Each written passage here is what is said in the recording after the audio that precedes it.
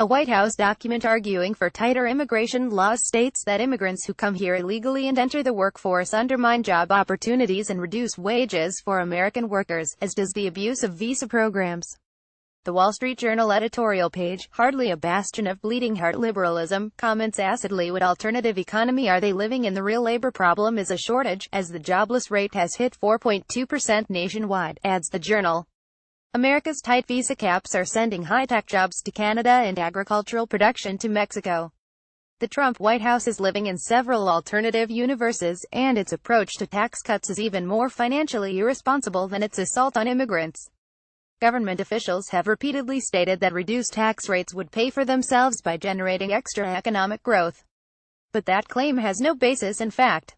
We searched high and low and found no economic experts who could point us to evidence of tax cuts fully paying for themselves, reports CNN.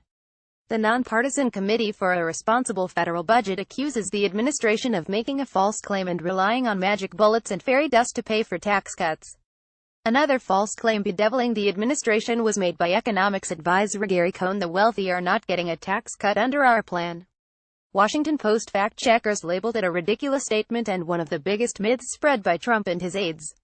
Wealthy taxpayers would benefit enormously from administration proposals to lower individual rates, while canceling both the alternative minimum tax and the estate tax. A New York Times analysis concludes that Trump and his heirs would enjoy a $1.1 billion windfall under his tax plan. Fairy dust has infected the administration's political thinking, as well.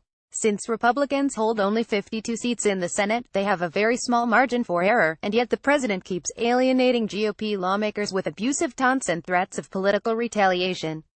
His latest target is Sen. Bob Corker of Tennessee, who he derided as Little Bob in a recent tweet. Corker, however, is a key player on both foreign and fiscal policy, and Trump will need his support on a host of upcoming issues, from Iranian relations to spending blueprints. Under the normal, traditional rules of politics of the last 40 years of my life, a president would not poke a senator in the eye when he has a two-seat majority and a major legislative agenda needing to be accomplished, former GOP Congressman Thomas M. Reynolds told the New York Times. Trump and his team would argue that these are not normal or traditional times. And it's certainly true that the president won the election by defying political rules and defeating more conventional candidates like Jeb Bush and Hillary Clinton. But running the country is a very different task than running for office. Passing legislation requires expanding alliances, not driving supporters away. And while Trump has upended a lot of political assumptions, he has not repealed the principles of mathematics or majority rule. He attracted only 46.1% of the popular vote and trailed Clinton by almost 3 million ballots. His approval rating hovers at historic lows, 36% in the latest Gallup poll, but he keeps acting like a candidate, not a president, firing up his base of hardcore loyalists but failing to establish a broad coalition that can govern effectively.